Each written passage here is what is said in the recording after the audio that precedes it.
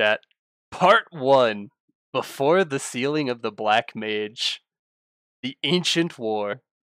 In the beginning, the primordial god made 365 creations, with 365 gods, each following one of the 365 laws that govern the universe.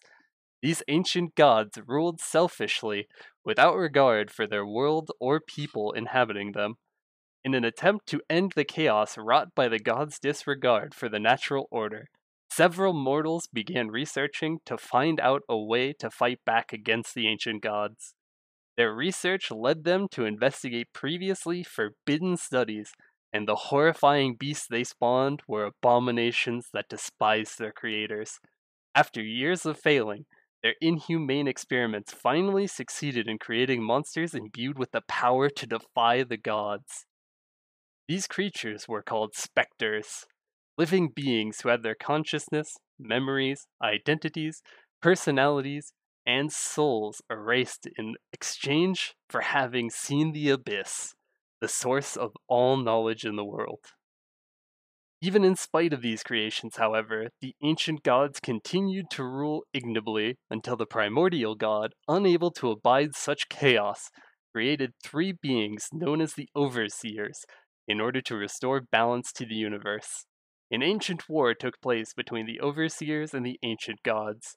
The Overseers created objects known as seal stones, powerful relics that drew strength from the collective determination of the masses.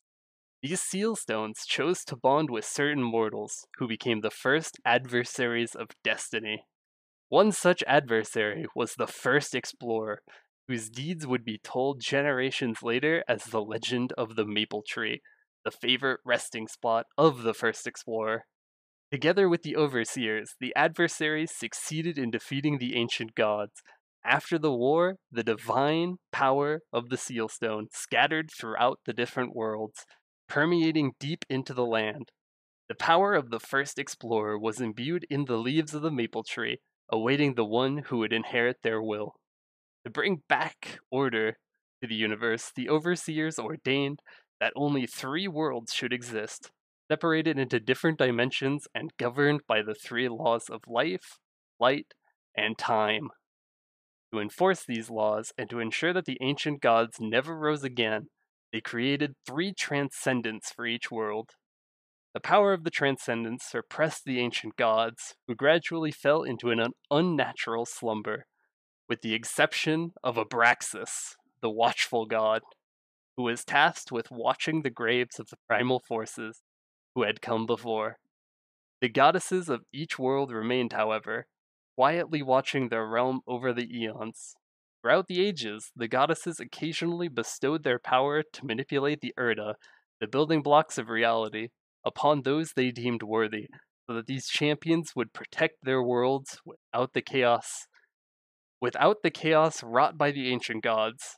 The shape of destiny became fixed and wholly predictable, thus restoring order to the universe.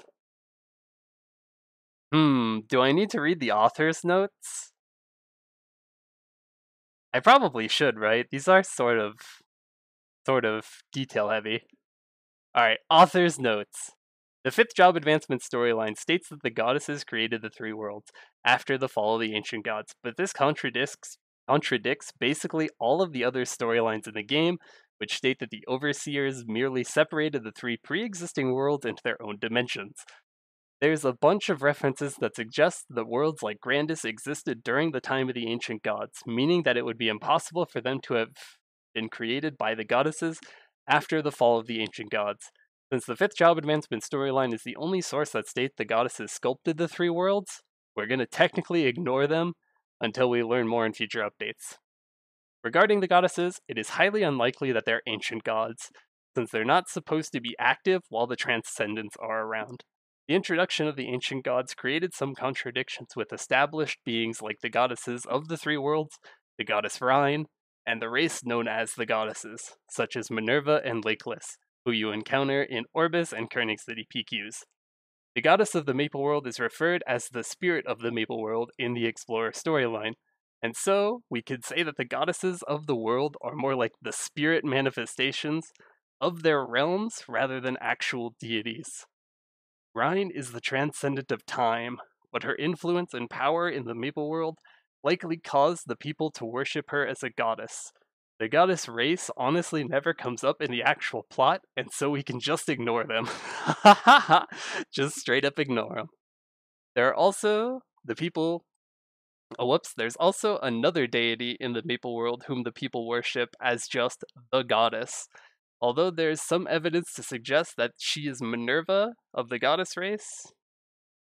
Her statue in Orbis grants the hero's Echo skill for explorers, and the monster Eliza in Orbis Park is known as the goddess Pet. Another deity is Shino, the fox spirit of Grandis, who likely isn't an ancient god either, and may just be a powerful spirit who protects the pointy-eared fox anima, and similar to Rhine, is likely what caused the anima to worship her as the fox god. Similarly, the slime god of Ramu Ramu mandated that all slimes should be as cute as possible, for which they created the guardian angel slime in order to judge the cutest slime. The slime god feels on the same level as the fox god, so I'm treating them like a spirit as well. The only known ancient gods are Abraxas, the watchful god, Satyrus, the devil dragon, Mitra, the sun god, Archelon from Hotel Arcus, and the unnamed god who made Pathfinder's relic, and the unnamed dormant god in Restonia.